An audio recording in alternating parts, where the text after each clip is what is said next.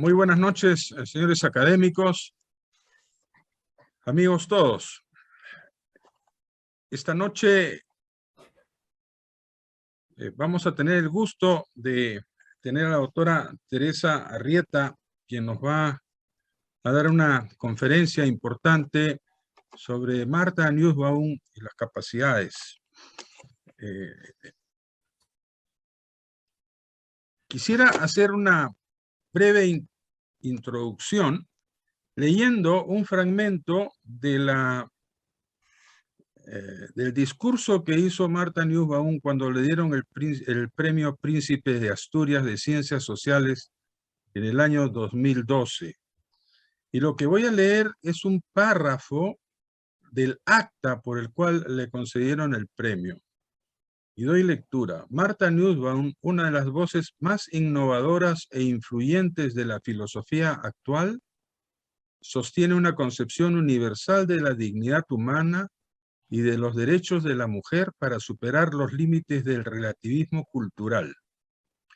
Sus teorías se basan en el convencimiento de que quienes entienden de distinta manera lo que es el bien pueden ponerse de acuerdo sobre principios éticos universales, aplicables allí donde se dé una situación de injusticia o discriminación. Martha Nussbaum defiende el papel de las humanidades en la educación como elemento imprescindible para la calidad de la democracia. Y continúa el jurado. La profesora Nussbaum ha abordado el estudio del desarrollo económico y la ética al entender la pobreza como una privación de capacidades humanas, planteamiento que ha tenido una gran repercusión en diversos organismos internacionales. La dimensión ética está presente en toda su obra y ha participado activamente en los más importantes debates sociales y económicos de nuestro tiempo. Por eso ha resultado pertinente que en esta charla sobre ética y desarrollo humano que hemos venido sosteniendo desde el mes de abril del año pasado, toquemos en particular el tema de la doctora Martha Nussbaum. Y una de las personas que conoce muchísimo de la doctora Nussbaum y de su extensa obra es la doctora Teresa Arrieta Pío de Guzmán, a quien le agradecemos la gentileza de acompañarnos en esta noche. Un breve recuerdo de su currículum nos dice que ella estudió filosofía en la Universidad Nacional San Agustín e hizo estudios de posgrado en la Universidad de Massachusetts, Amherst, en los Estados Unidos, obteniendo los títulos de Master of Arts por esta universidad y de doctora en filosofía por la Universidad Nacional San Agustín de Arequipa. Sus especialidades son ética, bioética, filosofía de la ciencia y filosofía del arte. Ha ocupado una serie de cargos académicos en la Universidad San Agustín, en la UNSA, directora de la Escuela de Filosofía, varios periodos, jefa del Departamento Académico de Filosofía, decana de la Facultad de Filosofía y Humanidades y jefa de la Oficina Universitaria de Promoción y Coordinación Cultural, por varios años en cada uno de estos cargos que he mencionado. Su experiencia y su conocimiento le ha permitido ser invitada como expositora plenarista a numerosos congresos nacionales, como en diversos países del extranjero, entre los que destacan Venezuela, México, Colombia, República Dominicana, Argentina, Ecuador, Chile, San Salvador y España, habiendo dictado cursos de posgrado en Temuco, en Guanajuato, y talleres en Santiago de Chile, en Caracas y en Minneapolis, en Estados Unidos. Ella ha desarrollado, ha organizado cursos internacionales de filosofía de la ciencia a cargo de un personaje muy importante, Mario Dunge, Jesús Mostering, así como seminarios académicos dictados por diversas personalidades y distinguidas personalidades del extranjero de nuestro país. Como jefa de la Oficina Universitaria de Promoción y Coordinación Cultural de la UNSA, Ha organizado más de 200 eventos entre simposios, mesas redondas, conferencias, seminarios y exposiciones de pinturas y esculturas vinculados con las efemérides culturales internacionales y nacionales. Fue coordinadora general en el Congreso Internacional de Filosofía de la Ciencia y la Tecnología, realizado en el 2016, cuyas actas completas han sido presentadas en 2017. Este congreso contó la presencia de destacados filósofos de Francia, de España, de México, de Chile y de Perú.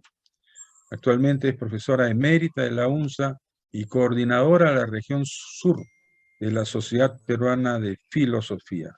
Tiene numerosas distinciones. Ganadora del Premio Nacional de Filosofía Francisco Miro Quesada, otorgado por la Sociedad Peruana de Filosofía, reconocimiento académico en muchas oportunidades por la UNSA, condecoración por el título de Mujer Arequipeña del Bicentenario, otorgado por la Municipalidad Provincial de Arequipa, miembro honorario de la Asociación Iberoamericana de Filosofía Práctica, distinciones varias veces en varias regiones del país y fuera del país por su participación. Hay un listado enorme de distinciones, entre ellas tiene una distinción honorífica del Colegio Médico del Perú en el año 2005. Ha participado en la Enciclopedia Iberoamericana de Filosofía con el artículo El arte y sus clasificaciones. Ella tuvo una beca de investigación latinoamericana de Alemania y luego tuvo una beca Fulbright para cursar sus estudios de maestría en Estados Unidos. Tiene una serie de publicaciones principales como Historia de la Ética, Antropología Filosófica, Nuevo Humanismo, Varias Raíces, Pandemia y Corrupción, Ética Ambiental, del dominio al respeto por la naturaleza, Perspectivas del Perú y la peruanidad, sobre el pensamiento feminista y la ciencia, Perfiles filosóficos, La crisis del modelo colonial, cultura y valores, etc. De tal manera que la doctora tiene una extensa hoja de vida que le ha permitido adquirir y dar una serie de conocimientos. Hace unos momentos, mientras conversamos con ella también es madre de un médico cirujano vascular que estudió en la UNSA y que ahora está en Estados Unidos ejerciendo la profesión. Así que no solamente por cuestiones familiares, sino por participación también en algunos eventos con médicos, le va a ser más sencillo conversar con nosotros sobre estos temas, especialmente sobre Martha Nussbaum. Le agradezco, doctora Teresa Arrieta, la gentileza de aceptar la invitación y la dejo en el uso de las palabras. Muchas gracias.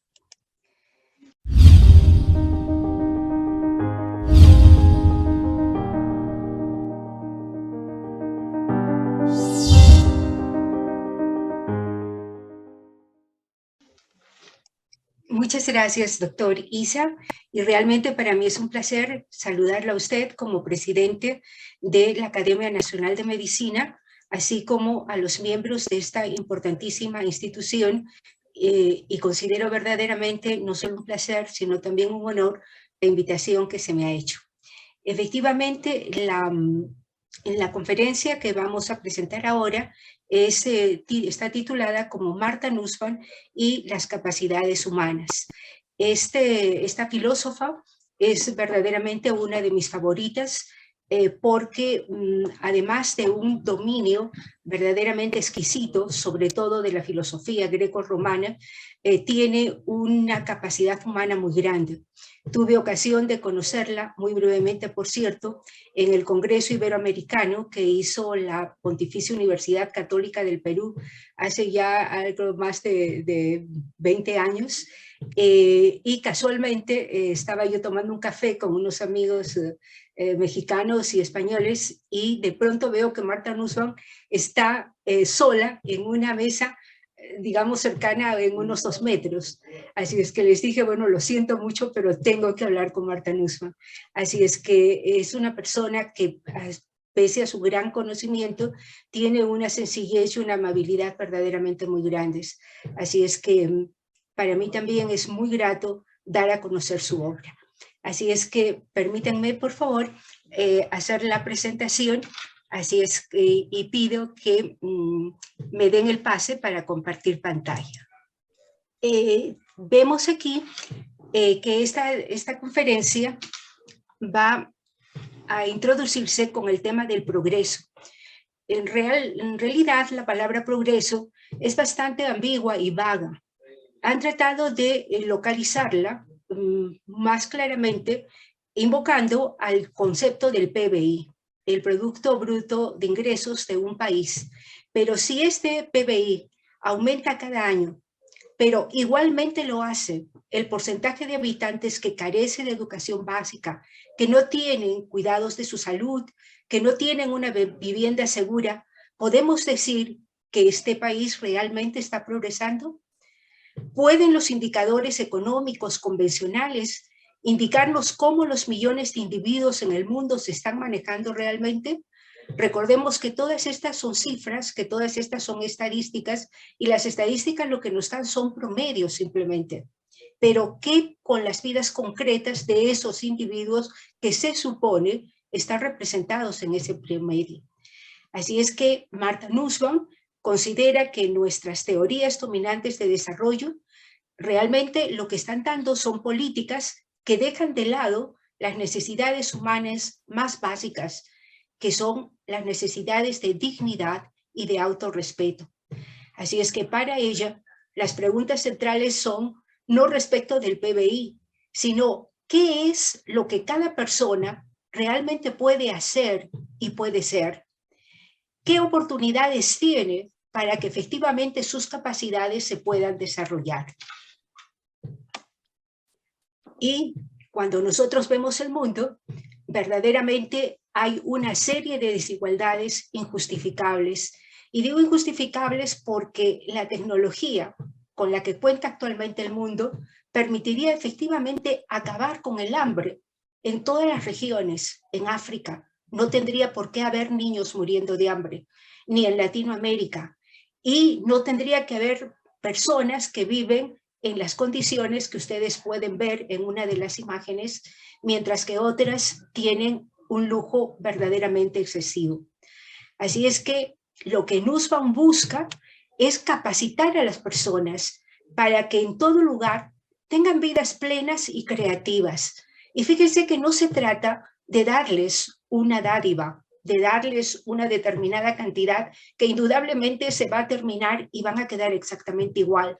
No, de lo que se trata es ir más profundamente a la raíz del problema, crearles capacidades para que efectivamente sus vidas puedan decir se viven de una manera plenamente humana.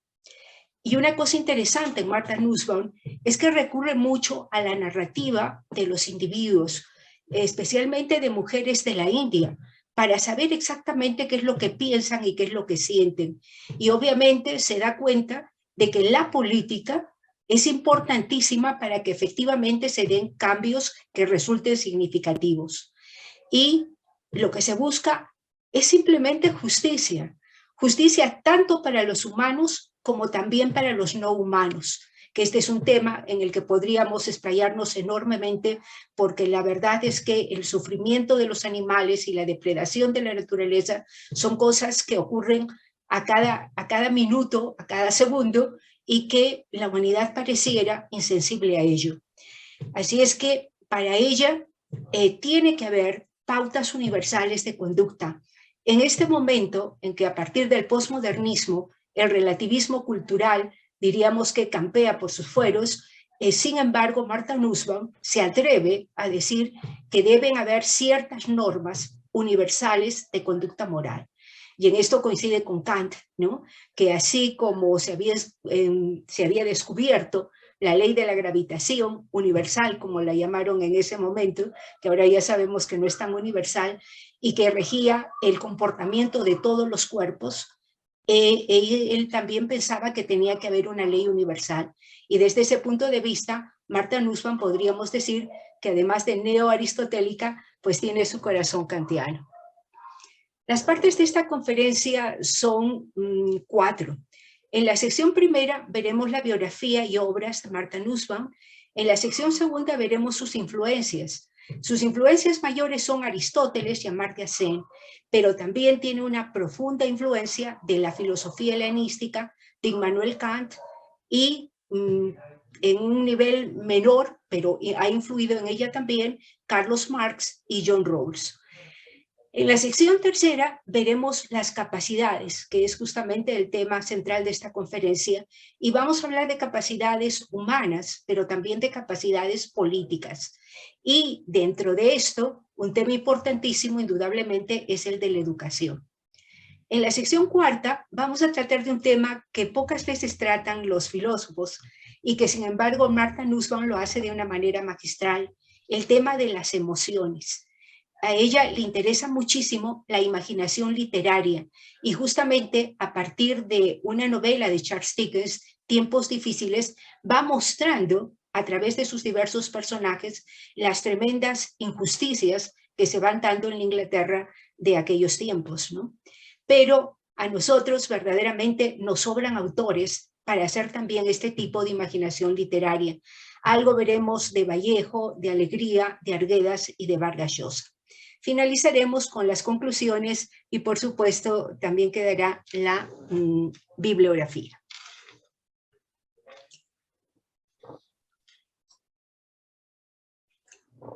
Martha Nussbaum, ahí la tienen ustedes, esta es una foto no de las más recientes, pero de hace unos 5 años más o menos. Ella nace en el año 1947 y asiste a una escuela de élite, ¿no? El Baldwin School. Considera que ella ha sido criada dentro de una élite, la élite WASP de la costa este. Como ustedes saben, WASP significa ser blanco, ser anglosajón y ser protestante. Y piensa que esta educación que recibió como parte de este grupo era una educación que verdaderamente no, al paso de los años, la juzgó más bien estéril. ¿Por qué? Porque estaba centrada en 2 cosas que a la larga no son tan importantes, el dinero y el estatus. De esta experiencia que ella tuvo, surge justamente el rechazo a cualquier grupo de élite, ya sea de índole social o de índole intelectual. Sus estudios los hizo en la Universidad de Nueva York, consiguiendo un bachillerato en artes en el año 1969. De aquí le queda pues justamente esa pasión, diríamos, por la literatura, y luego se inclina más bien hacia la filosofía, de manera que en Harvard obtiene los grados de maestría y de doctorado en filosofía. En este periodo, que fue entre 1972 y 1975, se casa con Alan Nussbaum, se divorcia de él en el 87, se convierte al judaísmo, justamente Nussbaum era judeo, y tuvo a su hija Rachel.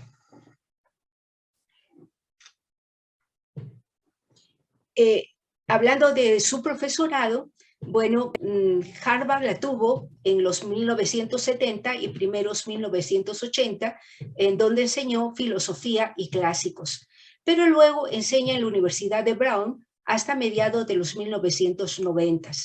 Bueno, las distinciones que tiene Martha Nussbaum son verdaderamente muy numerosas, ¿no? El Brandeis Creative Arts Award in Non-Fiction, el Book Award de la Sociedad Americana de Filosofía Social, el Professional and Scholarly Book Award for Law de la Association of American University Publishers, el Radcliffe Alumni Recognition Award, etcétera, etcétera. Y como lo ha mencionado el doctor Isa, el Premio Príncipe de Asturias en Ciencias Sociales, algo verdaderamente muy importante porque generalmente este premio se da a personas que escriben en español y ella ha escrito en inglés.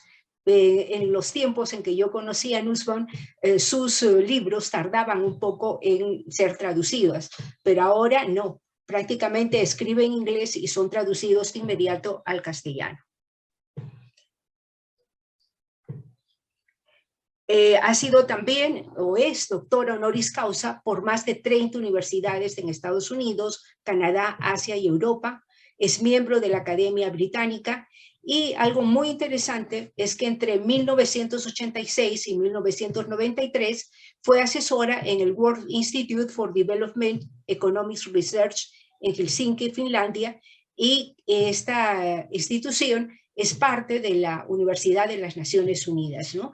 Aquí justamente es donde más entra en contacto con Amartya Sen y descubren que hay muchas cuestiones en común en el enfoque de Sen desde la economía y el enfoque de Nussbaum desde la filosofía. Actualmente es Ernst Freud Distinguished Service Professor de Derecho y Ética en el Departamento de la Filosofía de la Facultad de Derecho y de la Facultad de Teología en la Universidad de Chicago. Sus obras también son múltiples, ¿no? La gran mayoría, como les digo, ya están traducidas. Con la que se lanza la fama, podríamos decirlo así, es justamente La fragilidad del bien, Fortuna y ética en la tragedia y la filosofía griega, un libro de una erudición asombrosa y verdaderamente exquisito, ¿no? Es algo sumamente grato de leer. Justicia poética, El cultivo de la humanidad, Las mujeres y el desarrollo humano, La terapia del deseo, que aquí también tienen ustedes un libro encantador.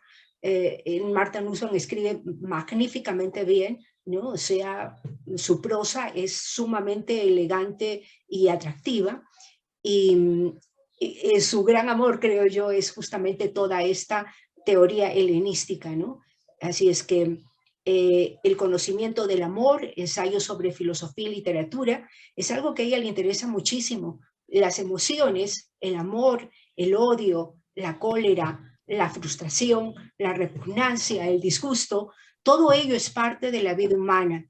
Y aquí vemos la herencia helenística, que ella no soslaya estos temas. Las fronteras de la justicia, porque ella piensa que la ética tiene que estar unida a la filosofía política para que efectivamente podamos nosotros ver cambios.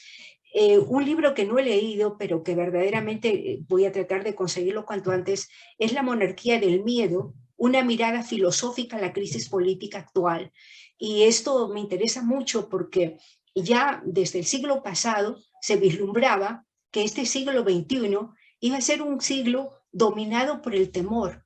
Y efectivamente vamos viendo nosotros que la inseguridad, sobre todo en el Perú, es pues cosa completamente habitual. De tal manera que la seguridad ya no está en manos del Estado, por decirlo así, sino que cada vecindario tiene que buscar sus propios medios de protección. Entonces hay, por un lado, miedo a la delincuencia, miedo al terrorismo, miedo a las enfermedades. Así es que pienso que debe ser un libro verdaderamente formidable. Luego, The Cosmopolitan Tradition, A Novel but Flawed Idea, que tiene que ver justamente con este ideal de ser ciudadanos del mundo, ¿no? Como Diógenes, cuando le preguntan, ¿y tú de dónde eres?, él no responde de Sinope, sino dice, yo soy un cosmopolite, o sea, un ciudadano del mundo. La globalización tendría que llevarnos a eso. Y sin embargo, ¿qué es lo que vemos? Que por el contrario, con esto de la pandemia, por ejemplo, las fronteras se cierran, ¿no? Entonces, ¿es posible verdaderamente esta ciudadanía mundial? Bueno, y Ciudadelas de la soberbia, que tiene que ver justamente con el machismo, que justamente es lo que provoca la agresión sexual, la responsabilización de las víctimas. O sea, algo verdaderamente espantoso es que a una mujer violada le echen incluso la culpa de haber sido violada. Y bueno, ella busca siempre un camino de apertura y de esperanza, y ese camino en este caso es el de la reconciliación. ¿Cuáles son las influencias? La teoría ética y política de Martha Nussbaum, en primer lugar, sigue los planteamientos clásicos de Aristóteles. Ella misma se considera una neoaristotélica, y Aristóteles pensaba que una organización política adecuada lo que tiene que considerar no es la ganancia, no es la productividad, es el bien para el ser humano. Que dentro de este bien tengamos que ver ganancia y productividad como factores, pero no como lo totalizante, eso es otra cosa. Entonces, Miren, Aristóteles era un aristócrata, pero sin embargo tenía ideas muy claras de cómo debía ser un Estado. La teoría política tiene que ir conectada a una ética, y eso es justamente lo que nosotros vemos que falta en nuestra política peruana, ¿no? Y una ética que preste especial atención a las capacidades humanas. ¿Por qué? Porque justamente las capacidades humanas son las que nos van a permitir llevar una vida buena, una vida que cuando estemos en el momento de morir podamos decir que verdaderamente valió la pena vivirla. Nussbaum enfatiza la importancia del hábito, la práctica y la educación en el campo de los afectos y de la experiencia humana para lograr que la eudemonía, muchos han traducido eudemonía como felicidad y muchas veces la toman esto, los epicúreos por ejemplo la tomaban como placer, pero en realidad de lo que se trata es de un florecimiento, de que todas aquellas potencialidades positivas que tenemos no queden en simplemente potencia, sino se conviertan en acto. Y claro, para esto se necesita voluntad. Un acto voluntario, ¿qué es lo que requiere? Primero, conocimiento del objeto y del fin. Pero no solo esto, requiere también voluntad de alcanzarlo, requiere capacidad de deliberación para que finalmente podamos tener una elección reflexiva. Y una vez que hemos llegado a una conclusión, se requiere también firmeza y coraje para conseguir aquello en lo que creemos.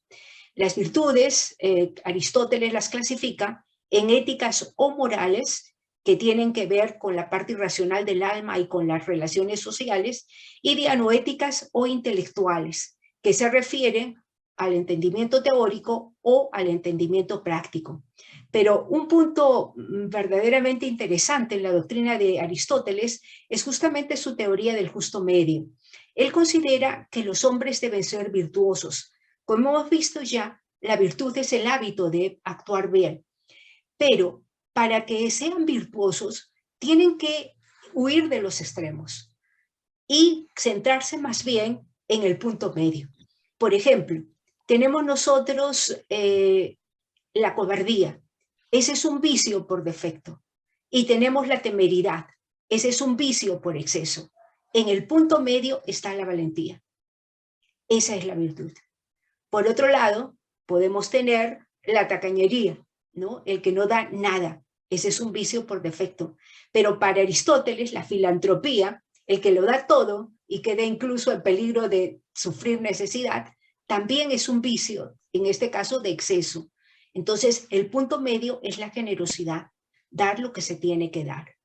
Bien, esta idea del justo medio vamos a encontrarla en Nussbaum como una manera de que el diálogo no se corte, porque generalmente en una discusión lo que se ven son los extremos, y para que esa discusión llegue a un término agradable, a un término justo, podríamos decir, generalmente lo que se tiene que encontrar es justamente el justo medio. Otra influencia que tiene es la filosofía helenista. Y es que la filosofía helenística es muy atractiva porque se desarrolla no en el momento en que Grecia está en su esplendor, no es el momento de Sócrates, ni de Platón, ni de Aristóteles, que eran aristócratas y que consideraban que verdaderamente las élites eran las que tenían que gobernar. Una cosa es hacer filosofía cuando uno está en la cima del poder, y otra cosa es hacer filosofía cuando uno está debajo. Entonces, la filosofía helenista es más bien una filosofía práctica y compasiva. Ya no se refiere a una élite, se refiere a todos los seres humanos, especialmente a los más necesitados de ayuda, como podrían decir cristianamente. Y lo que busca es dirigirse a sus más profundas necesidades, confrontar sus perplejidades más urgentes y traerlos de la miseria a un florecimiento. Así es que, en realidad, los filósofos helenistas en Grecia y también en Roma concibieron a la filosofía como una forma de dirigirse no a una vida teórica plena, feliz, sino más bien a los problemas más penosos de la vida humana. y aquí hay justamente una comparación con lo que es su profesión. El filósofo ya no es ese sofista impresionante, dueño de una retórica y de una capacidad de argumentación asombrosa. No, el filósofo aquí es como un médico compasivo, cuyas artes podrían curar, ya no enfermedades físicas, eso es lo propio del médico propiamente dicho, sino más bien ciertos tipos pervasivos que van invadiendo la vida humana. Entonces, es una filosofía dedicada al sufrimiento humano. Así es que no es una técnica intelectual que asombre por la habilidad de la argumentación. Es más bien un arte que está inmerso, que no se aleja del mundo, sino que está en él para tratar justamente la miseria humana. Así es que a ellos les interesaron el temor a la muerte, el amor, la sexualidad, la rabia, la agresión, todas estas pasiones humanas. Y claro, ellos no abandonan tampoco la validez lógica. Al contrario, consideran que la validez lógica, la coherencia intelectual y la verdad son lo que podrían liberarnos de una tiranía que ellos consideraban peor que la de una tiranía política, que es la tiranía de la costumbre y de la convención. Entonces, para los filósofos helenistas, lo ideal era crear una comunidad de seres capaces ¿de qué? De hacerse cargo de su propia historia de vida, que cada uno sepa exactamente qué es lo que persigue en la vida y que tenga la entereza de perseguir, de conseguir ese ideal, y que tenga la certeza de que es su propio pensamiento, no algo que le han imbuido, no algo que le han impuesto, lo que verdaderamente va encaminando su vida. Otra de las influencias que la vemos simplemente en una frase que ahora ya se ha convertido prácticamente en una especie de cliché, ¿no? Y que pertenece a Kant. En realidad Kant lo que buscaba era una ley universal, como les decía, para la vida ética. Entonces, él busca un tipo de imperativo que todos tengan que seguir. Y ese imperativo lo va dando en diferentes formulaciones. La que se ha hecho más famosa quizás es la tercera formulación. Actúa en forma tal que siempre trates a la humanidad, tanto en tu persona como en la de cualquier otro, nunca simplemente como medio, sino siempre al mismo tiempo como un fin. Kant consideraba que la vida inmoral estaba en tomar a los otros como medios para nuestros propios fines.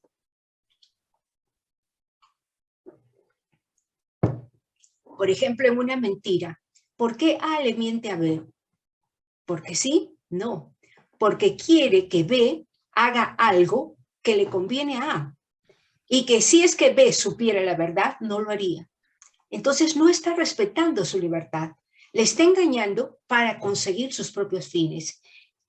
Eso era para Kant el símbolo más claro y evidente de la inmoralidad. No tratar a las personas como personas, sino como medios para lograr nuestros propios fines. De Marx tiene la idea de que la verdadera libertad requiere el desarrollo de una sociedad en la cual el hombre esté genuinamente autodeterminado y sea capaz de comprometerse en formas de producción, que no las puede evitar, a través de las cuales él podría expresar adecuadamente su humanidad. Como todos saben, la crítica de Marx se refiere al tipo de producción capitalista que piensa, convierte a los seres humanos en simplemente máquinas, ¿no? Para Marx, el trabajo tendría que ser una fuente de florecimiento y no una esclavitud. Y por otro lado, también tiene una influencia de John Rawls. John Rawls escribe un libro que se hizo absolutamente famoso, La teoría de justicia, una teoría de justicia, en donde busca unir por una parte los ideales liberales y por otra parte los ideales comunitarios y de justicia. Entonces él piensa que en una sociedad, si la gente pudiese elegir los principios que tendrían que regirla, elegiría en primer lugar libertad igual para todos, porque la estrategia que él emplea es el velo de la ignorancia. Uno no sabe en qué lugar va a quedar. Por lo tanto, si no sé en qué lugar voy a quedar, bueno, lo mínimo que querría es que fuese libre y como no sé dónde voy a estar, que la libertad sea para todos. Y también se podría buscar, ¿no?, que todos tengan iguales bienes y propiedades. Pero esto no podría tener mucho sentido porque si igual va a ganar una persona, un barrendero, que un médico, ¿para qué estudiaría el médico? Entonces se tiene que ver algunas diferencias, pero esas diferencias tendrían en todo caso que ser benéficas para toda la sociedad. Y también con Rawls coincide en la idea de bienes primarios. ¿Qué son estos bienes primarios?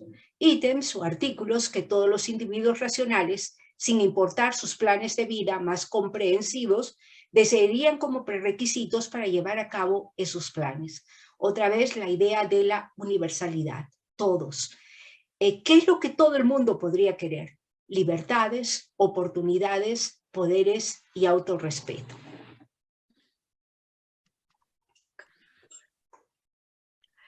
Y claro, la influencia más conocida en Martha Nussbaum es indudablemente la de Amartya Sen, Premio Nobel de Economía 1988. Sin embargo, muchos han pensado que Martha Nussbaum lo que hace es repetir la teoría de Sen, y definitivamente no es así. Definitivamente hay muchas concordancias. Las principales son, ¿sí?, la importancia que se da a las capacidades y a las libertades políticas. Las capacidades por las que luchan deben ser entendidas como valiosas para todas y cada una de las personas.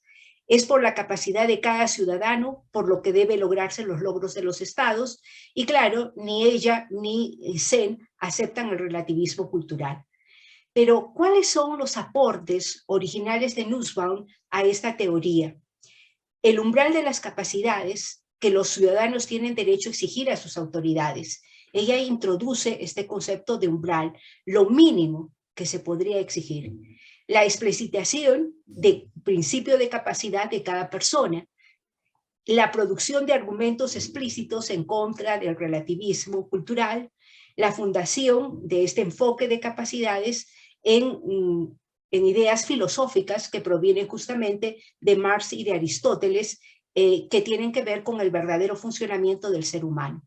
Y claro, dos cosas sumamente originales en Martha Nussbaum son que ella se atreve a dar una lista de capacidades, aun cuando considera que no está completamente terminada, que podrían encontrarse otras más, y al método narrativo, que definitivamente pues no es lo que usa Amartya Sen. Entonces, pasamos ahora a la sección tercera, que es la de capacidades. Bueno, este trabajo ella lo ha enfocado de manera más, diríamos, más profunda en las mujeres, ¿no? Porque ha visto que es una parte de la población humana que sufre de tremenda desigualdad en cuanto a libertades y en cuanto a oportunidades. Así es que ella es una feminista, pero una feminista de una inspiración más bien liberal. Sin embargo, no considera que el liberalismo esté completamente adecuado, porque más bien critica que la forma en que ellos conciben las relaciones de género e incluso las relaciones dentro de la familia. ¿Qué cosas son las capacidades? Una especie de libertad que tiene valor en dos sentidos. Por una parte, intrínsecamente ya tiene un valor, pero por otra parte sirve también utilitariamente para conseguir determinados funcionamientos. ¿Qué es un funcionamiento? Una realización activa de una o más capacidades. Algunas personas pueden tener capacidades, pero no las ponen en funcionamiento. Estas pueden ser combinadas e internas. ¿Cuáles son las capacidades combinadas? Oportunidades de que se dispone para elegir y actuar en una situación política, social y económica concreta, ¿no? O sea, ya no es un principio abstracto, es una situación concreta. Y las capacidades internas tienen que ver con las características que tiene cada persona. Ahora, ¿por qué hace esta distinción? Porque permite evaluar si una sociedad está produciendo adecuadamente las capacidades. ¿Qué está pasando en el Perú? permite verdaderamente que sus habitantes desarrollen sus capacidades. En pueblos que no tienen electricidad, ¿qué ha pasado con esos niños estos años de pandemia? Ahora se da cuenta Marta Nussbaum que estas capacidades son complementarias. Entonces, el deber del Estado es desarrollar capacidades internas en sus habitantes y, por otro lado, permitir también que las condiciones sean propicias para que se expandan estas capacidades combinadas. Las capacidades centrales que enumera Marta Nussbaum son, en primer lugar, la vida. Todo gobierno tendría que asegurar la vida de sus habitantes. Y al hablar de vida, es que alcancen pues, un promedio de vida, digamos, que sea a nivel mundial, ¿no? ¿Qué pasa con un país en donde sus habitantes mueren a los 40, 50 años, cuando ahora la esperanza de vida está, incluso algunos consideran, por encima de los 70? Salud física. ¿Qué pasa con un país, por ejemplo en el Perú, que no faculta la buena alimentación, que obviamente es un factor de la salud? El índice de anemia en el Perú es verdaderamente escalofriante. Integridad física, que la gente pueda moverse, que tenga seguridad, sentidos, imaginación y pensamiento, que no coaccionen su forma de pensar, para que todo esto se desarrolle de una manera libre. Las emociones, que permitan sentir empatía o apego a las cosas o a las personas. La razón práctica, que tiene que ver con que cada persona tenga una idea clara de lo que es el bien y lo que es el mal. Muchas veces se vive de una manera tan alocada en que no se tiene una conciencia clara de lo bueno y de lo malo. Afiliación, el hecho de que podamos verdaderamente vivir con y para los demás, no vidas completamente solitarias, y disponer de las bases sociales que impidan que nos sintamos humillados y que más bien propicien el respeto por nosotros mismos. Esto tiene que ver mucho con el tema de reconocimiento que lo ha tratado Axel Honneth, ¿no? Y piensa que hay tres esferas: la esfera del amor, que la da el hogar; la esfera de la sociedad, que justamente lo dan las relaciones que tenemos en la sociedad; y la esfera legal, que es lo que da el derecho.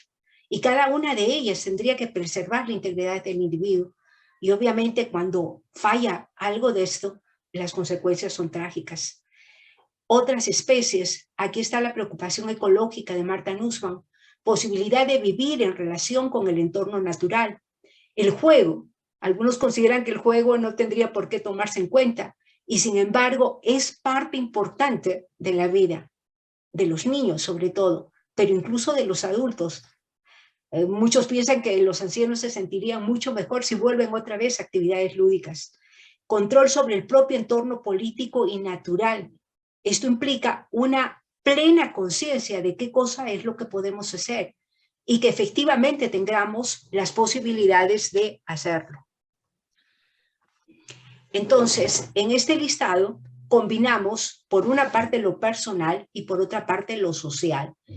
Y se identifican las capacidades personales, pero tiene que ver mucho con la política, porque es el gobierno el que debe permitir que estas capacidades se desarrollen sin obstáculos, salvo los que pueda poner una comunidad teniendo en cuenta determinadas bases culturales, ¿no? Y claro, siempre que estas bases culturales no sean absolutamente dañinas, se debe propiciar el respeto a diferentes puntos de vista. Obviamente, para que todo esto se dé, se requiere un acuerdo político de gobierno y se requiere también una promoción de la política estatal. Y el gobierno no debe cerrar los ojos a ciertas barreras, como las que son la discriminación por raza o por sexo, la desventaja de los recursos, la brecha educativa, las dificultades de aprendizaje, etc.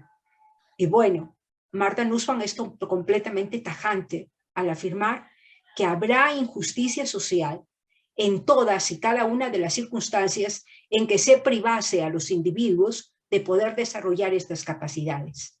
Con todo, ella no va a afirmar, como les había anticipado, que estas sean todas las capacidades humanas. De pronto alguien puede pensar en otra más, o circunstancias que cambian en este mundo absolutamente cambiante, pueden crear nuevas posibilidades. Y hablemos ahora de las capacidades políticas. Recordemos que Martha Nussbaum es norteamericana y en su constitución el primer artículo dice que toda persona nace con derecho a la vida, la libertad y la búsqueda de la felicidad. Esto es bastante interesante porque creo que es la única constitución que menciona la felicidad. Por ejemplo, en la constitución peruana, en todas las que hemos tenido, en ninguna se menciona la felicidad. Y sin embargo, esa debería ser la meta de la vida. Así es que los ciudadanos tienen que tener la capacidad de pensar bien acerca de asuntos políticos que afectan la nación, lo cual implica dedicar un tiempo al examen, análisis y discusión. Y en un clima libre, verdaderamente, tanto de tradiciones como de autoridad. O sea, el diálogo debe ser siempre entre iguales. Reconocer a los compatriotas como gente con iguales derechos. O sea, aquella persona que vive en el lugar más recóndito de la selva amazónica es tan persona como nosotros y tiene tantos derechos como los tenemos nosotros. Preocuparse por la vida de los otros. Esto es lo que requiere la política y es desgraciadamente lo que no se da porque esta sociedad globalizada, esta sociedad líquida, como la llama Simone Beauvoir, tiene que ver mucho con el cambio y con la individualidad. Y sin embargo es importante que nos preocupemos por los otros. Imaginar una variedad de asuntos complejos, o sea, ponernos en el caso de cada cual. Cada vida es una novela diferente. Juzgar críticamente a los líderes políticos, claro que sí, pero también sabiendo qué es lo que pueden y lo que no pueden hacer. A veces se les piden a los congresistas cosas que sencillamente no pueden hacer. Y las que deben hacer no las hacen o las hacen mal, ¿no? Y pensar acerca del bien de la nación como un todo. En estas cuestiones de la minería, por ejemplo, ¿no? Las personas que están dentro del lugar de la minería consideran que su ambiente está depredado y las personas que no están en ese lugar consideran que eso es necesario para que la riqueza del país sirva para todos. Entonces ahí otra vez buscar el término medio aristotélico, ¿no? Y ver la propia nación como parte de un mundo complicado. No podemos cerrar los ojos a lo que ocurre y no podemos hacerlo porque verdaderamente la realidad nos golpea en la cara, ¿no? Como esta guerra entre Rusia y Ucrania que está tan lejos de nosotros y que sin embargo está teniendo consecuencias muy trágicas, podríamos decir, para todos. Y claro, pasamos a un tema importantísimo que es el de la educación. Y Martha Nussbaum insiste en que el cultivo de las humanidades es esencial para el mundo actual. Es algo completamente obvio que en los últimos tiempos la educación tiene que ver más bien con las ciencias naturales y con las ciencias exactas y se ha devaluado el valor de las humanidades. Sin embargo, si nosotros lo pensamos bien, la ciencia no es enemiga de las humanidades, porque la ciencia también promueve el pensamiento crítico, el análisis lógico, la imaginación. Los grandes científicos creadores son sumamente imaginativos, pero a pesar de reconocer la importancia de todo este campo, tenemos que pensar también que las humanidades requieren igual atención e importancia. Y de pronto, en estos momentos de tanta crisis existencial, podrían ser incluso más importantes. La educación, lo dice Nussbaum, no se da solamente en los colegios, se da también en la familia. Y no se da solamente en los años tempranos de la infancia, sino también en la madurez. Y se puede seguir aprendiendo hasta en la vejez. Pero todo esto finalmente va a verse influido por la política pública. Ahora, la educación no solamente la debemos ver como formadora de buenos ciudadanos, sino más bien yo les diría como formadora de buenas personas, de buenos profesionales, de personas que encuentren un significado a su vida, que le den un sentido a sus acciones. Y claro, los beneficios de la educación en esto insiste Martha Nussbaum, deben alcanzar a todos y no solamente a las élites ricas. ¿Cuál es la educación adecuada? Una que promueva justicia económica y política, que promueva libertad de pensamiento, de expresión, de creencia, fe y religión, que promueva la equidad de estatus y de oportunidad, que promueva la fraternidad. Recuerden ustedes que el ideal de la Revolución Francesa era libertad, igualdad y fraternidad. Mucho se ha hablado de la libertad y mucho se ha hablado también de la igualdad, sobre todo los derechos económicos, pero la tercera palabra, fraternidad, yo creo que es la más revolucionaria. Consiste en considerarnos hermanos, todos, finalmente. Y claro, no debe consistir en la simple y sola asimilación pasiva de hechos y tradiciones culturales, sino que al contrario, debe desafiar a la mente para que ésta sea activa, para que sea competente, para que sea crítica, pero obviamente no una crítica sin sentido, sino una crítica reflexiva. ¿Qué cosa es lo que ella llama el viejo modelo de desarrollo? Que la educación para el crecimiento económico, que pareciera es lo único que importa, solo necesita habilidades básicas, alfabetización y números. O sea, para el mundo actual, no es importante que todos tengan una vida significativa, plena, culta, etc. No, solamente se requiere que algunos tengan habilidades más avanzadas en cómputo y tecnología, no todos, porque no a todos los van a necesitar en los empleos claves para manejar empresas, por ejemplo. Entonces, el acceso igual a la educación no es una prioridad.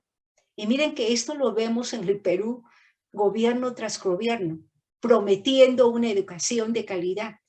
Y lo último que estamos viendo es que al contrario estamos retrocediendo en una calidad que no era ni siquiera tampoco tan excelente, pero que al menos había significado respecto de las universidades un mayor orden y una mayor garantía de que efectivamente un título valga, ¿no?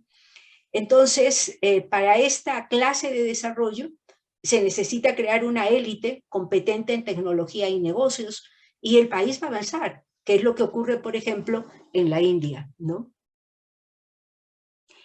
Ahora, ¿por qué se minimizan o se suprimen las humanidades en muchos campos de estudio?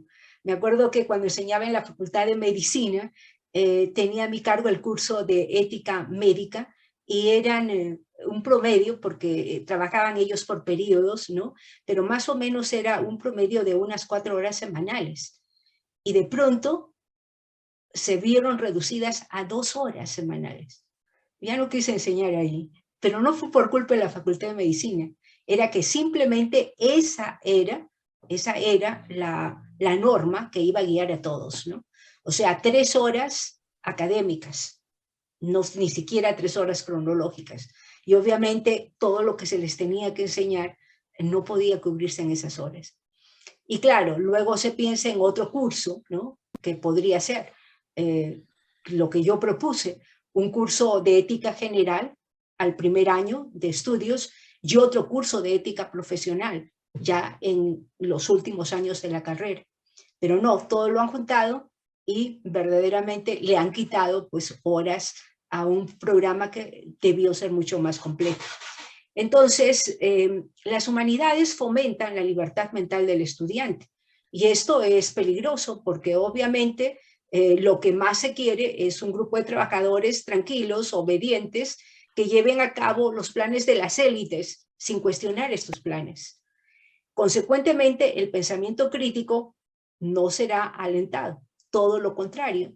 Ni siquiera la historia, cada vez se están enseñando menos y menos historia, porque obviamente la historia podría hacer que la atención se enfoque en las injusticias de clase, de casta, género, membresía no religiosa, y obviamente podrían promover un pensamiento crítico del presente.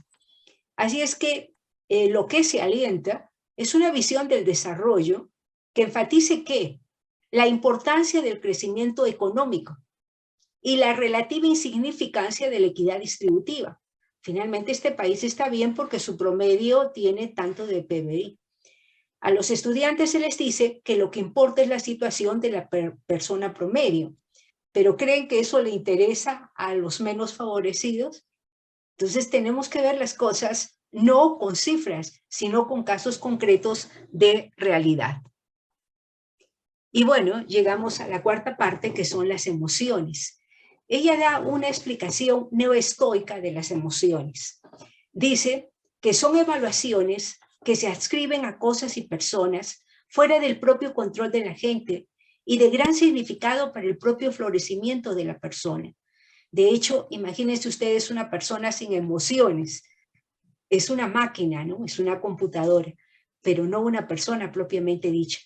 Así es que ella ha analizado el dolor, la compasión, el amor, el disgusto y la vergüenza, que son justamente las mismas ideas que tenían los pensadores helenistas, principalmente los estoicos.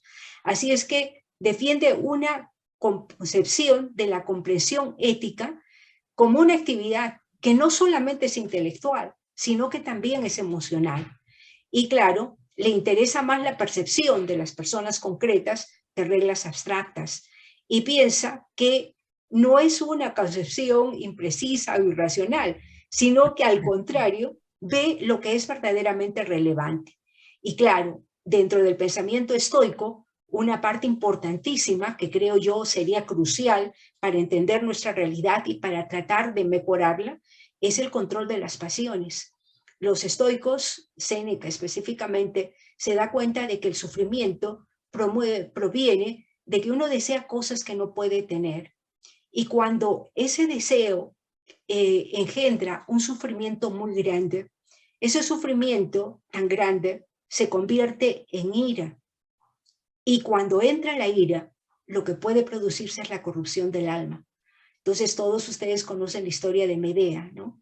Ella se enamora tantísimo de Jasón que lo ayuda a robar el vellocino de oro de su propio padre, de su propio país, y cuando están en alta mar y ve que los iban a alcanzar, ella había ido con su pequeño hermano y le dice a Jasón que mate al hermano, que lo parte en pedazos y que lo tire al mar, y que su padre, por recoger esos pedazos y darles el rito funerario que para los griegos era tan importante, colocar el cadáver sobre una pira que luego se tenía que prender fuego y quemar el cadáver y colocar en los ojos 2 monedas para que con eso se pague al barquero y lo lleve al Hades. Eso era para ellos importantísimo. Y efectivamente el padre de Medea prefiere recoger los pedazos de su hijo y hacer el rito fúnebre y permitir que ellos huyan.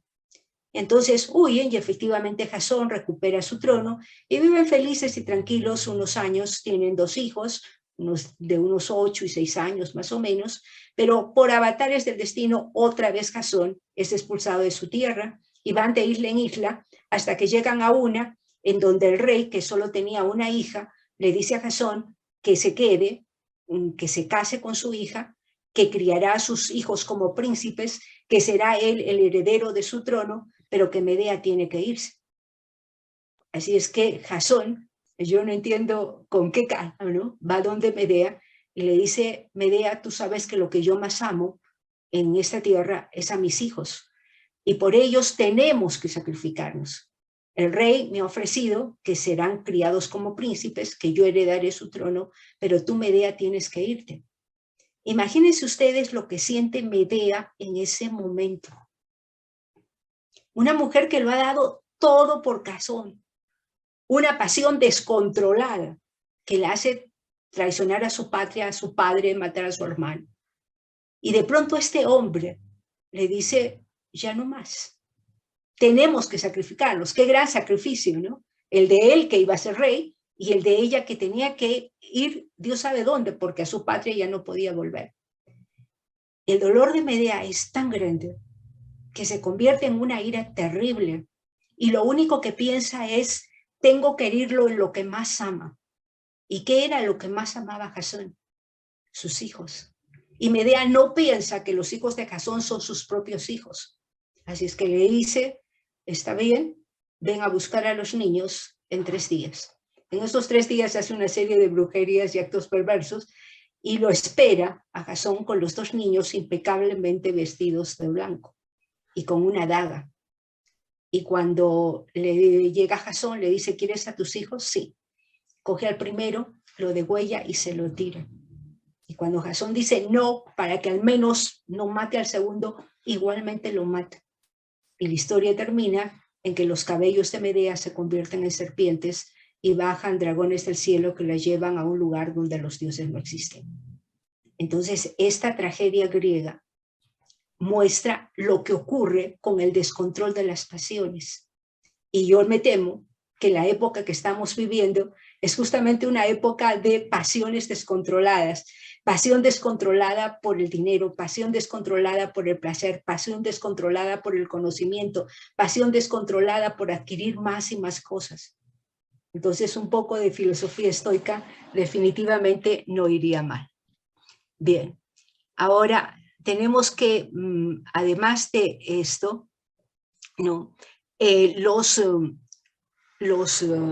estoicos querían hacer un autoexamen, ¿no? ¿Por qué?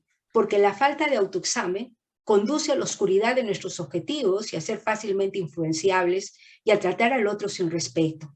Y por otro lado, si hablando ya de política, la consideramos simplemente como un concurso atlético en donde se tiene que ganar, obviamente el otro se convierte en el enemigo.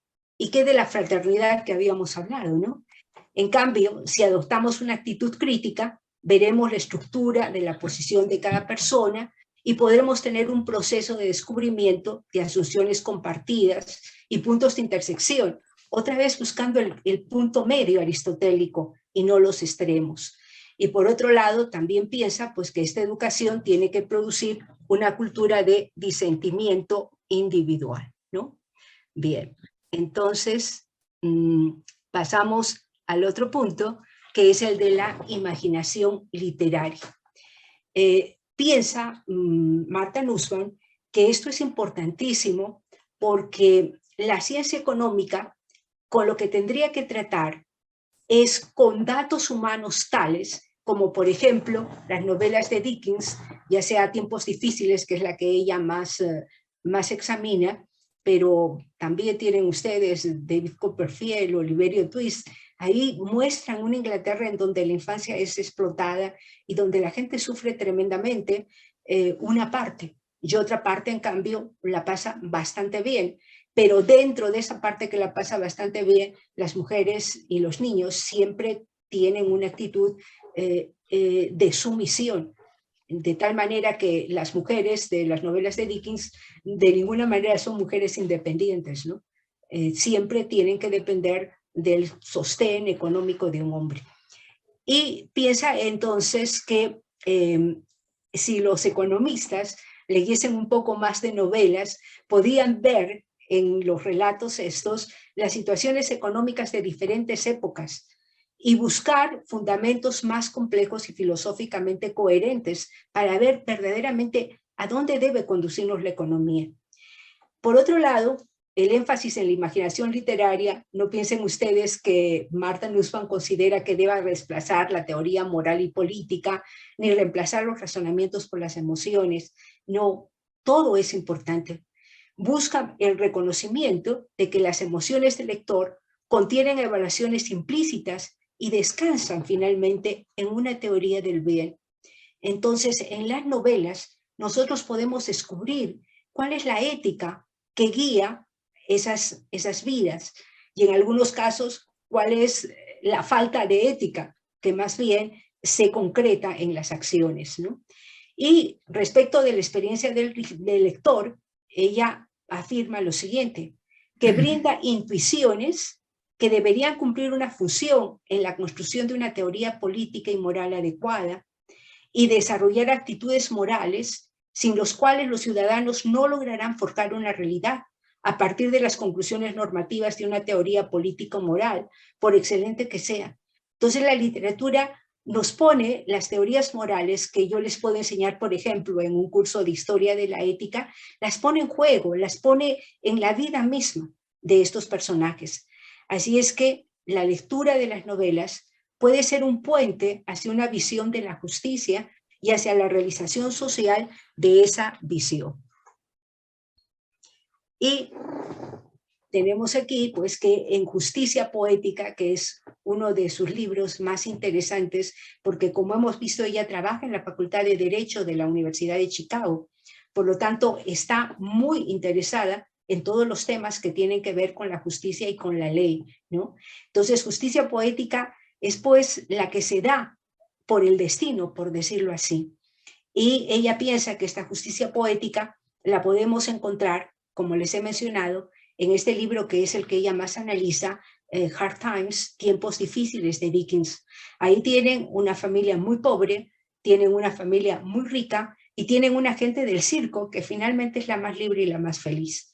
Pero no necesitamos nosotros ir a la literatura inglesa, que indudablemente es muy bella y muy importante, porque nosotros tenemos literatura fantástica. Leyendo Paco Juncker, El mundo es ancho y ajeno, El sexto, Los cachorros, no hay manera de que no nos sentamos impresionados por el dolor de Paco, por la dignidad de Rosendo Maki, por los sufrimientos de Arguedas y la vida tan trágicamente malograda de Cuéllar en Los cachorros. Entonces, tenemos nosotros verdaderamente en nuestra propia literatura fuentes fantásticas para buscar esa inspiración para una justicia social. Y a veces, más que un discurso político, es la lectura de una novela la que nos puede llevar justamente a eso. Entonces, esta imaginación literaria, esta idea de que es importante que nosotros entremos en una serie de narraciones que nos inviten justamente a ver no solamente nuestra realidad, sino otras realidades. E incluso viendo nuestra realidad, comprenderla mejor, eso es algo que tendríamos que inspirar a nuestros alumnos. En el caso de quienes ejercemos la docencia, y que el gobierno tendría que tenerlo como una política verdaderamente. Pero no, cada vez se buscan publicaciones más cortas, ¿no? A fin de que efectivamente podamos nosotros llevar muy rápidamente el conocimiento como una píldora, cuando verdaderamente lo que se trata es gozar de la narración literaria. Y bueno, llegamos a las conclusiones. La propuesta del desarrollo de las capacidades de los individuos de un pueblo, como la medida del progreso de un Estado, del Nobel en Economía Amartya Sen, es más realista y humana que las doctrinas tradicionales que miden el progreso simplemente por el PBI. Como me explicaba el doctor Isa, ustedes ya han tenido conferencias acerca de este enfoque de las capacidades desde el punto de vista económico, ¿no? La denuncia de Martha Nussbaum sobre las carencias de dignidad y autorrespeto sufrida por humanos, especialmente mujeres, corresponden a una penosa realidad que tendría que revertirse. Su propio enfoque de capacidades, que sin duda tiene mucho en común con el de Sen, agrega ítems nuevos que enriquecen esta doctrina. En cuanto a sus influencias, su sólida formación filosófica le ha permitido tomar de Aristóteles la doctrina del florecimiento, que es convertir lo que está en potencia en acto, y en un acto que significa el pleno desarrollo humano. De la filosofía helenística, su fuerte compromiso práctico con el sufrimiento humano. Ella no soslaya estos temas, al contrario, los trata a profundidad. De Kant, el principio de la dignidad, que ya hemos dicho consiste en ver a cada persona como un fin en sí mismo y no como un medio. De Marx, la denuncia de sistemas económicos sociales que impiden el verdadero desarrollo humano. De Rawls, la búsqueda de un sistema liberal, pero que no se centre simplemente en la adquisición de riqueza, sino que tenga un espíritu comunitario, una distribución de los bienes más justa y equitativa. Y de Amartya Sen, la visión de una economía menos enfocada en recursos y más bien preocupada por el bienestar humano. La lista de capacidades humanas, que ha recibido algunas críticas verdaderamente, considero, sin embargo, es una buena guía para empezar a detectar las carencias que los individuos sufren en una determinada sociedad. Sería interesante que nuestros gobernantes analizasen la lista de Martha Nussbaum y viesen ¿Qué capacidades realmente tienen los peruanos? ¿En qué zonas? ¿En qué partes del país? Pueden presentarse problemas en cuanto a capacidades y funcionamientos, que esta es una distinción interesante que ella hace, ¿no? Pero cuando hay presupuestos restringidos surge, por ejemplo, el dilema, ¿qué es lo que vamos a privilegiar? ¿La capacidad o el funcionamiento? Ahora, en general considero que las capacidades centrales listadas pueden ser intuitivamente aceptadas. O sea, me parecen a mí completamente evidentes. Sin embargo, ciertas culturas desconocerán algunas para todos o una parte de sus integrantes y generalmente para quienes la desconocen es para las mujeres y los niños. En cuanto a las capacidades políticas, se hacen indispensables a fin de evitar la deriva de egoísmo que cada vez se hace más fuerte en políticos y ciudadanos que han olvidado por completo, o quizás nunca lo han sabido, que la esencia de la política es el bien común, no el bien individual. Las humanidades son importantes en los problemas de estudios, más aún por la clase de sociedad líquida en la que vivimos, porque lo único constante en esta sociedad tan fluida es el cambio. Y se pierde en este cambio de cambios el sentido de la vida, y entonces lo que surge es una sensación de vacío y de absurdo. El cultivo de las emociones que propone igualmente resulta perentorio en la situación actual, dado que una característica del mundo global en el que vivimos es el predominio del individualismo. Y obviamente esto trae como consecuencia la falta de solidaridad. Y sin embargo, la solidaridad es lo que hace al mundo más vivible. Y la falta de solidaridad es justamente lo que vemos nosotros en una sociedad de peligro como es la que tenemos actualmente. Por otro lado, los juegos cibernéticos, en su gran mayoría, ¿qué es lo que implica? Violencia. Gana el que más mata y más rápido, más efectivamente. E implica soledad. Generalmente juega uno contra la máquina. ¿Qué pasó? Bueno, el fútbol es una cosa excelente porque al menos juegan en equipo. Pero ¿qué pasó con esos juegos de la pega, la matagente, el escondite? Ya eso no juegan los niños. Y ahí se crea un sentido de comunidad. Entonces, todo esto coadyuva a un aislamiento cada vez más fuerte. La necesidad de autoexamen, que destaca, propiciaría un mayor conocimiento del propio yo. Definitivamente Mahatma Gandhi, en el que ella se inspire, y lo mismo que en Rabindranath Tagore, que de hecho la influencia de Zen, dado sus orígenes hindúes, indios, digamos, entonces ella trata mucho con este tipo de literatura y problemas de la India. Entonces, el propio Mahatma Gandhi, en su ancianidad, decía que nunca acababa de conocerse y que siempre encontraba fallas dentro de su alma. En cuanto a la imaginación literaria, yo les diría que es un camino más corto y quizás más pleno para la empatía. La empatía que consiste en ponerse en el lugar del otro. Y esta es una condición necesaria, no suficiente. Se requieren otros elementos más para lograr principios éticos y conductas morales.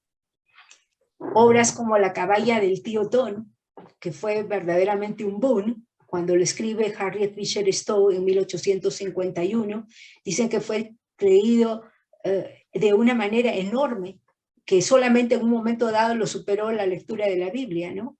O otra novela que quizás es menos conocida, pero que a mí me impactó enormemente y trata también de la esclavitud, es Kindred, de Octavia Butler, que se publica en 1979 y que tiene que ver con algo de ciencia ficción o fantasía, ¿no? Porque es como viajes en el tiempo. Tienen el poder de infundir sentimientos humanitarios que impulsan acciones de justicia social. Pero aquí también mucho cuidado, porque este poder tan positivo que puede tener la literatura, igualmente puede tener un poder negativo. Y ya no hablemos de literatura, hablemos, por ejemplo, de la música que cantan los chicos. ¿Qué clases de canciones cantan? Los reggaetones. Bueno, hay algunos que son muy interesantes verdaderamente. A mí no me disgusta esa música, pero hay otros que lejos de infundir pensamientos de respeto, ¿qué diríamos?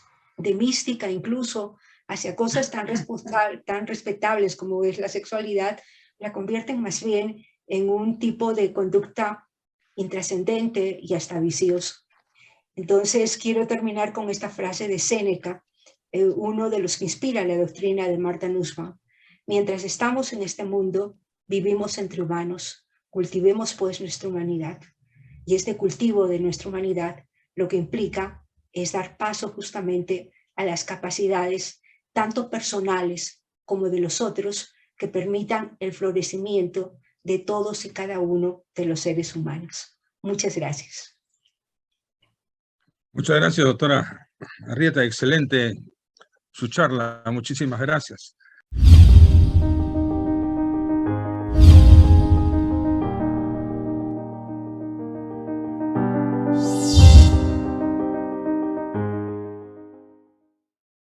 Permítame hacerle un comentario y pedirle una pregunta.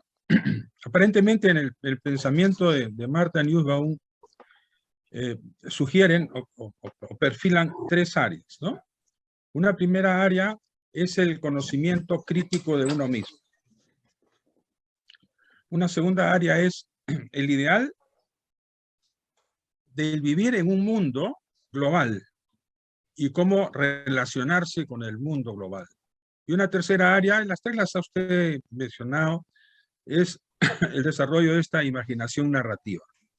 Si eso lo relacionamos con educación, en esta idea de la educación liberal que propicia Nussbaum con el desarrollo de las humanidades y la priorización de las humanidades, se inscribe también en estos tres conceptos o estos tres valores. O sea, enseñamos humanidades porque vamos a enseñarle a la persona a que se conozca a sí mismo, conozca su vulnerabilidad, conozca las vulnerabilidades de los otros y de alguna manera conozca el mundo que lo rodea.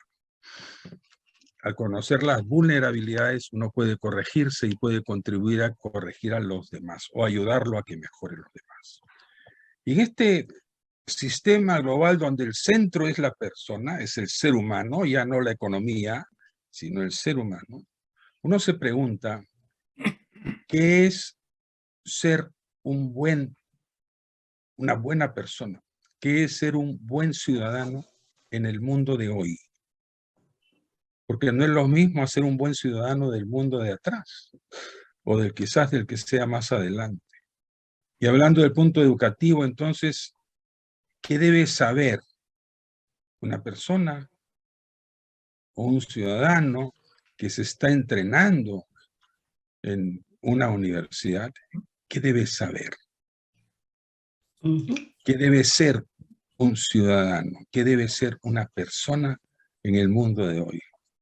Estoy complicando la vida con la pregunta, doctora, pero No, muy interesante. Espero que no sea mucho. Muy interesante su pregunta, pero definitivamente difíciles de contestar, ¿no? Porque eso va a depender también de, ¿qué podríamos decir nosotros?, de diferentes visiones que cada cual tenga del mundo.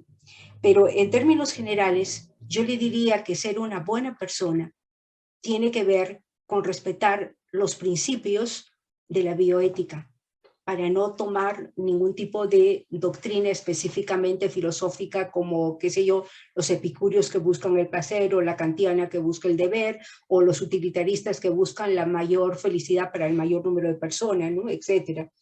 Entonces, ¿cuáles son estos principios con los cuales debemos nosotros vivir? El principio de no maleficencia, jamás hacer daño a nadie. El principio de beneficencia, hacer todo el bien que podamos.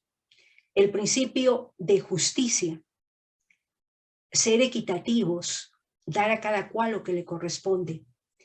El principio de autonomía, respetar la libertad del otro. Y a estos cuatro principios, que son, digamos, los clásicos, yo añado un quinto principio, que es el principio de solidaridad. El principio de tener en cuenta nuestra propia vulnerabilidad, que usted ha mencionado, y que nos hace tan semejantes a todos los otros. De tal manera que no podemos confiarnos de que porque en este momento estemos bien, vamos a estarlo indefinidamente. De manera que cuando podamos ayudar, hagámoslo. Y de pronto, cuando necesitemos ayuda, también la recibiremos. Entonces, para mí, esos son los 5 principios que hacen que una persona pueda llamarse una buena persona. Ahora, en cuanto a un buen ciudadano, bueno, esos principios son para toda persona. Y toda persona incluye, por supuesto, a todos los ciudadanos. Pero como ciudadanos, tenemos otro deber más, otros deberes más, que tienen que ver con la preocupación por el bien común. Esto ya es un poco más complicado. Y esta preocupación por el bien común supone que, aunque nos resulte odiosísimo escuchar, por ejemplo, las sesiones que se dan en el Congreso, aunque la sangre nos hierva por ciertas intervenciones que escuchamos, darnos el trabajo de ver qué es lo que está pasando en nuestro país y darnos el trabajo de protestar cuando nosotros consideramos que se está cometiendo una injusticia. Entonces, el deber del ciudadano implica un tipo de actividad extra, porque supone que yo como persona cumplo con esos 5 principios, pero como ciudadano debo interesarme por las cosas que están ocurriendo en mi país y debo darme el tiempo del análisis, la crítica, incluso del activismo político. La pena es que verdaderamente la política en el Perú está tan desprestigiada que muchas personas decentes dicen, no puedo entrar a eso porque verdaderamente no vale la pena. Alguna vez a mí me dijeron, ¿no? Hubo una oferta y me dijeron, y yo no sabía qué contestar, ¿no? No era una oferta tampoco tan llamativa, probablemente no iba a salir, pero vamos, estaba la oferta, entonces consulto a una persona con mucha experiencia política. Y lo primero que me preguntó es, ¿cuánto está usted dispuesta a sacrificar sus principios? Entonces lo que yo contesté es nada, porque justamente lo que yo quiero demostrar es que se puede hacer una política limpia. Si entro a política es para demostrar eso. Y me dijo, no entre, la destruyen. ¿Pero por qué me van a destruir? Yo no tengo cola de paja. ¿Qué podrían decir? Se lo van a inventar, se lo van a inventar. Mi consejo sano es que siga usted en su vida académica y no está preparado usted para luchar en estos mares. Y entonces hay un poco de cobardía también de nuestra parte, ¿no? Y es que el tema es que, voy a hablar maniqueístamente, el bien y el mal, las cosas no son así realmente. A veces las cosas no son blancas o negras, sino son grises, ¿no? Pero yo diría que las personas que están en la corrupción están muy bien organizadas. En cambio, las personas que buscan el bien común, que tienen ideales, están desorganizadísimas, una por aquí, otra por allá. Entonces lo que se tendría que hacer es fuerza de esas personas que verdaderamente buscan el bien común y no el bien egoísta de cada cual, ¿no? Así es que, bueno, eso es lo que yo tendría que responderle, doctor. Gracias, doctora. Lo que parece es que el ser buena persona se está desprestigiando, ¿no?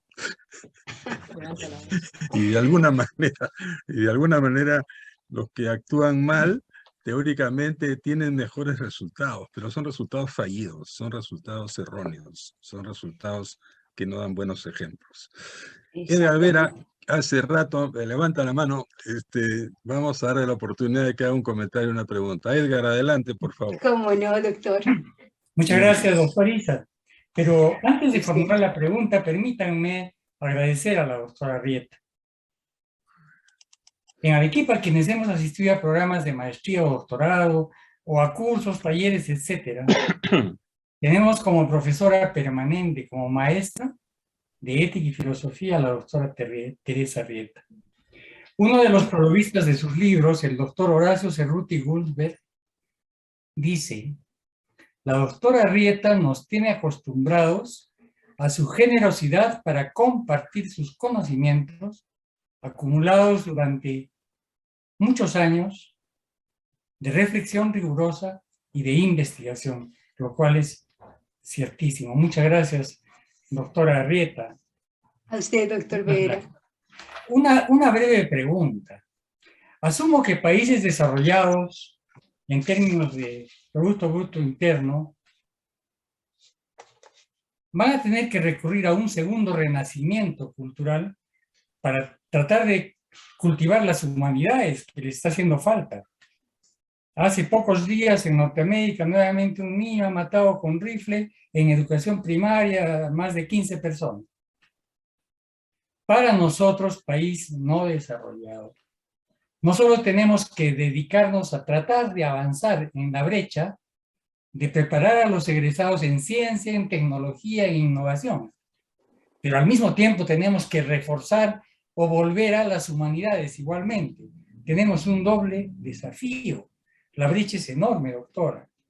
Entonces, ¿cómo podemos influir en esto desde el hogar, la educación primaria, la secundaria y la superior? Implantar las humanidades, pero agilizar el aspecto tecnológico. Es cierto. Como lo dice Martha Nussbaum, la ciencia, concebida correctamente, no es enemiga de las humanidades, porque también requiere análisis, requiere inventiva, requiere imaginación. Pero, ¿qué es lo que ocurre?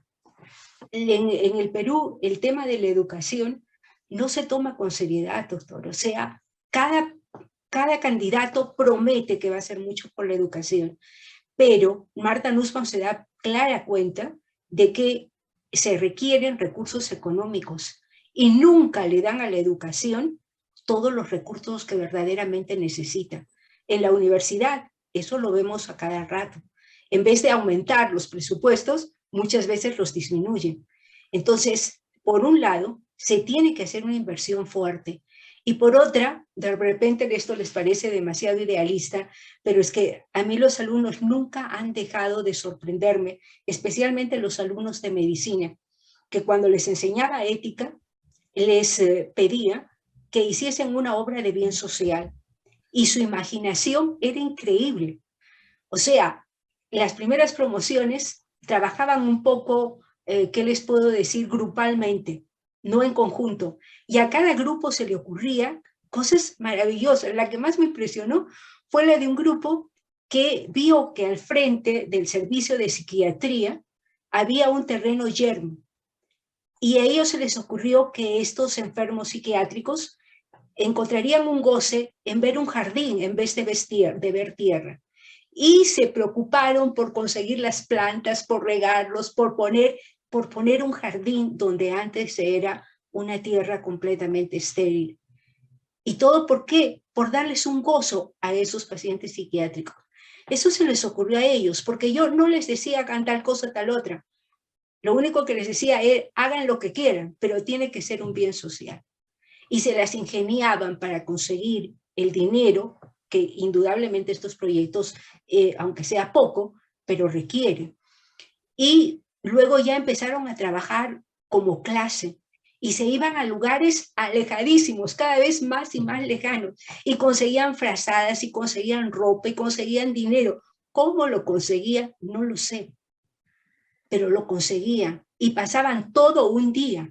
Y encima les hacían clases de la higiene personal mínima, y como eran estudiantes de medicina, bueno, algunos consejos para la salubridad general, etc. Y en filosofía, honestamente lo confieso, trabajaban un poco menos, pero también hicieron cosas muy lindas. Y lo más interesante de esto es que regresan de esas experiencias felices. Y entonces, recordemos, la virtud es el hábito de comportarse bien. Una persona virtuosa no es por una acción, es por una y otra y otra y otra acción. Entonces, en la educación humanística, yo pienso que debe estar también la práctica. Ahora, la currícula, por suerte, contempla que tienen que hacer obras de bien social. No lo llaman obras de bien social, sino acción social. Y yo lo que he visto es que los chicos más que nada hacen, qué sé yo, proyectos de congresos o ciclos de conferencia, etc. Pero estos que tienen que ver con cambiar la vida, por lo menos en un momento dado, de personas que están en necesidad, y que si lo volviesen a hacer una y otra vez, que ya no fuese solo con el curso de ética, que fuese una actividad constante, se les crearía el hábito de ayudar a los demás. Entonces yo pienso que proyectos de ese tipo son importantes y obviamente Marta Nussbaum es completamente consciente de que si el Estado no colabora, muchas de las capacidades de sus habitantes jamás van a llegar a ser una realidad. Van a quedar como una potencia frustrada, porque ahí está la potencia. Para que sean grandes ingenieros, para que sean grandes médicos, para que sean grandes literatos, ahí está la potencia. Pero si no se cultiva eso, es un crimen. Y en ese crimen estamos. Ustedes lo saben todavía mejor que yo. El tema de la desnutrición infantil no causa daños irreversibles en el desarrollo neurológico, intelectual de la persona. ¿Qué vamos a hacer con estos niños que no han recibido la proteína necesaria cuando era absolutamente indispensable para un buen desarrollo cerebral? Entonces, el Estado tiene esto. Y como el Estado no lo hace, creo que no queda más remedio que empezar a formar la ciudadanía civil organizada. Grupos como los de ustedes, por ejemplo, intelectuales de reconocidísima calidad, que están dándose este tiempo para pensar en cosas que no tendrían por qué pensar, porque todos ustedes son profesionales exitosos. Y sin embargo, esto nos da la esperanza de que no solamente están pensando en ustedes, sino están pensando en los demás. Entonces, yo pienso que la creación de grupos de personas con conocimientos y con buena voluntad es indispensable para exigir al gobierno lo que verdaderamente tiene que hacer. Me gusta mucho un comentario de la premier Merkel, tanto tiempo que lo fue, ¿no? Ya no lo es más, de Alemania, que decía, no es su excusa para quienes están en el poder que los problemas vienen de hace muchísimos años, porque si son verdaderos políticos, cuando eran candidatos tenían que conocer esos problemas y tenían que saber cómo resolverlos. Y si es que no conocían esos problemas, ¿cómo es que se atreven a ser candidatos para tener un cargo de la importancia que puede tener un presidente o un congresista, o un alcalde, o un director regional, qué sé yo? Entonces, verdaderamente, la política ya no es algo que tengamos que verlo como totalmente ajeno a nosotros. No, la política es la arena en la que se tiene que luchar adecuadamente para volverle a dar ese valor que los griegos le daban tan grande. Para ellos, el hombre más perfecto no era el que se dedicaba a su yo, sino el que se dedicaba a la polis, a la ciudad. Entonces, recuperar esa idea de política del bien común, yo creo que va a tener que hacerse por grupos como el que tienen ustedes, por grupos como el que podemos formar con los estudiantes, por grupos como los que se pueden formar con profesionales, con universitarios, en fin, que los chicos nunca dejan de sorprenderme en cuanto a esa capacidad que tienen de dar. Se habla de que son tremendamente egoístas y lo son en muchos aspectos, pero cuando se les ocurre hacer algo bueno, lo hacen y lo hacen de maravilla, ¿no? Entonces, otra vez, doctor, desgraciadamente ya no podemos cerrar los ojos en el Perú a todo lo que está pasando. Por más que quisiéramos, porque se supone que, bueno, uno tiene derecho a elegir una vida y vivir de acuerdo a lo que finalmente, qué sé yo, es el producto de años de esfuerzo. Y sin embargo, no. La situación actual, como usted le ha dicho, es tan tremenda, tanto en el aspecto de la ciencia exclusivamente como en el aspecto de las humanidades, que no queda más remedio que todo el mundo ponga el hombro para que efectivamente obliguemos al gobierno a tomar las medidas necesarias. Doctor, hay que involucrarse definitivamente en eso. El doctor Perales quiere hacer una pregunta. Adelante, doctor Perales.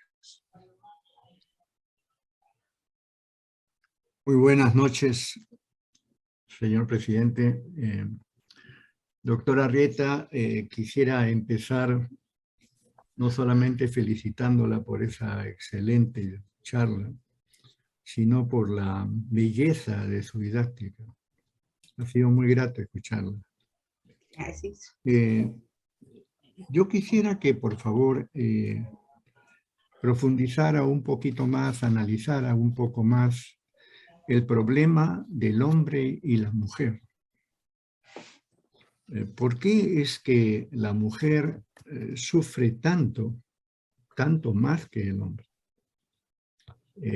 Para darle simplemente una pequeña cifra cuantitativa, es que cuando revisamos, yo soy psiquiatra, cuando revisamos la patología psiquiátrica, en la gran mayoría de trastornos siempre hay una gran diferencia significativa en contra de la mujer. Entonces, desde el ángulo de la charla que usted ha dado, me gustaría ver su análisis. ¿Por qué? ¿Por qué esa diferencia? Bueno, muchas gracias, doctor Perales. Su pregunta es tremendamente interesante y tiene mucho que ver con Martha Nussbaum, que definitivamente está muy enfocada en este problema de las mujeres, ¿no? Yo pienso que la primera desventaja que tiene la mujer es la de la fuerza física. Definitivamente un hombre tiene una mayor fuerza física que una mujer. Otra segunda desventaja es que durante años se consideró a la mujer simple y llanamente como una propiedad del hombre. Y esa idea, que obviamente a una gran cantidad de hombres, no digo a todos porque voy viendo con mucha alegría que sobre todo las personas más jóvenes y otros hombres no tan jóvenes tienen ya una idea completamente diferente, pero una gran mayoría tiene la idea de que la mujer es una propiedad. Y esta idea, me da mucha pena decirlo, la inculcan en la cabeza incluso las propias madres. Cuando hice un trabajo acerca de mujeres que estaban en una situación un poco vulnerable y difícil, todas ellas, bueno, en realidad las entrevistas que vi, que estudié, fueron de dos de ellas. Ellas consideraban que un hijo hombre valía mucho más que una hija mujer, porque hombre es hombre. Esa era la frase que decía. Que la propia mujer tenga ya metido en la cabeza que el hombre vale más que la mujer. Piensen ustedes qué se puede esperar de eso, ¿no? Entonces, hay esa tradición, digamos, de que el hombre vale más que la mujer. Y me temo que aquí la religión tiene mucho que ver también, ¿no? O sea, que digamos, en el Dios judeo-cristiano, la imagen, a pesar que Dios se supone que es espíritu y no tiene sexo, pero la imagen simbólica que se tiene es la de un venerable anciano, ¿no? No de una venerable anciana. Y si es que hablamos de religiones como la musulmana, bueno, hasta por motivos religiosos se tiene que controlar a la mujer para que el mal no se expanda. Entonces yo pienso que hay allí, a partir de la fuerza física que tiene el hombre, a partir de la idea de que es propietario de la mujer, que en primer lugar se le impidió mucho tiempo a la mujer trabajar.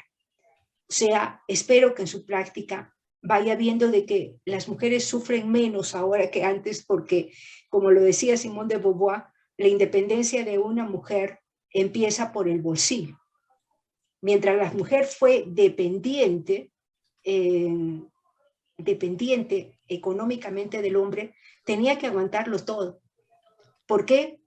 Por el amor a sus hijos y por su propia sobrevivencia. Entonces, la mujer, de acuerdo con Gautier, que es un contractualista que no cree en nada, ¿no? Que piensa que el tema de la moral debe tratarse más bien en términos de marketing, por ejemplo, más que de marketing, de mercado, ¿no? Tiene algo que comprar y otro tiene algo que vender, y si es que coinciden en sus intereses, pues ahí se hace un contrato y la única obligación moral es con la persona con la que una contrata. Entonces él dice, el verdadero opio del pueblo no es la religión, como decía Marx.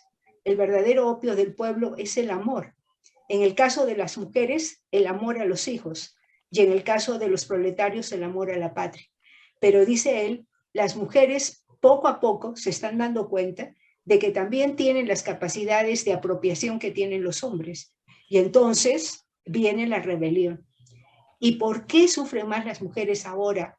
Yo diría que de pronto que muchas otras mujeres en el pasado, porque se rebelan.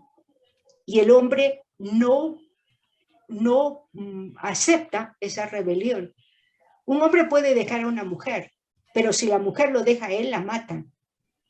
Entonces, la forma que yo propongo para superar esto, que es uno de los temas también en los que me gustaría trabajar, la violencia contra la mujer, es que se debe educar a hombres y mujeres.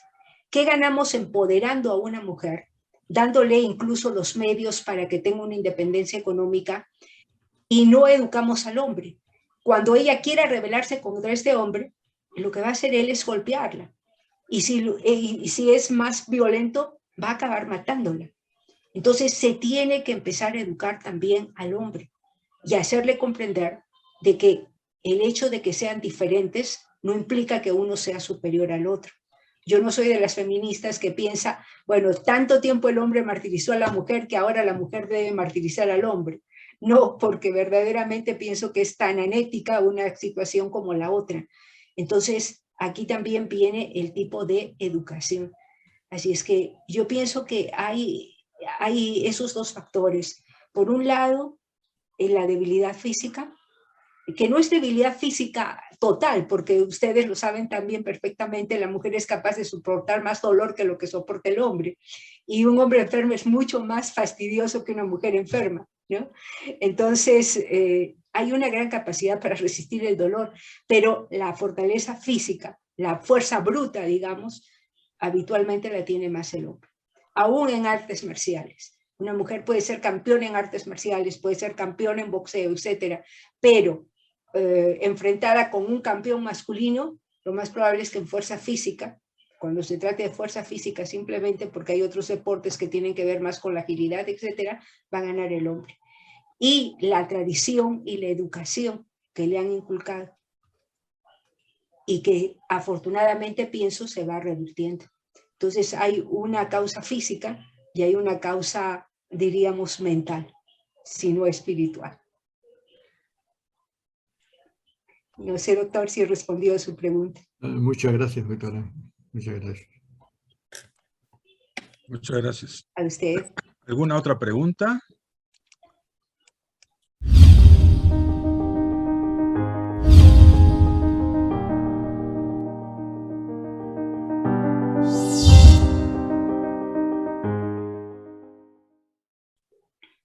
Muy bien, doctora Arrieta, yo quiero agradecerle profundamente por la brillante exposición que nos ha proporcionado el día de hoy.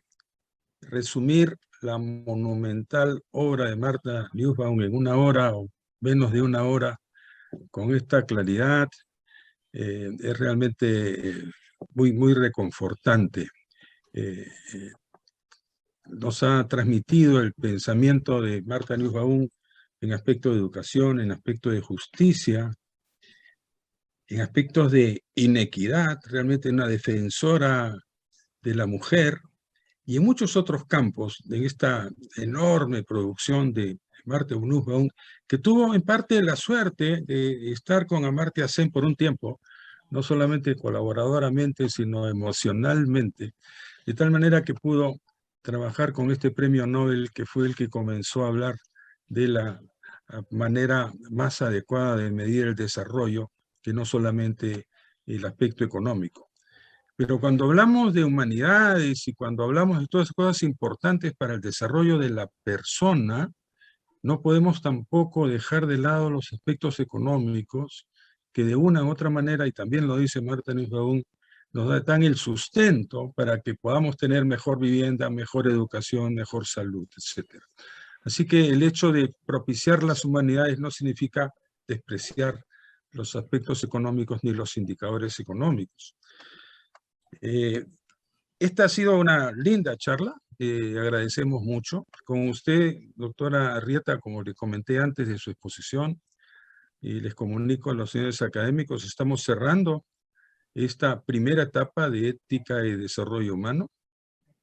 Vamos a publicar un libro, estamos ya en el proceso de publicar el libro. El doctor Javier Saavedra tiene la gentileza de ayudarnos para que este libro sea una realidad y que va a contar con la publicación o los artículos que todos los ponentes, el doctor Perales, que fue el que comenzó las charlas en abril, marzo del año pasado, hasta usted, doctora Arrieta, van a constituir un libro de ética y desarrollo humano en la Academia Nacional de Medicina.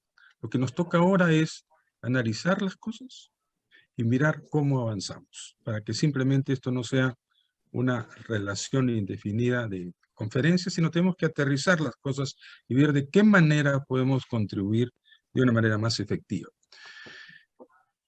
Y por eso, doctora, con usted estamos cerrando con broche de oro esta primera etapa. Vendrá una segunda con características probablemente diferentes, pero siempre relacionando el desarrollo humano, que es fundamental para la humanidad y obviamente importante para la academia.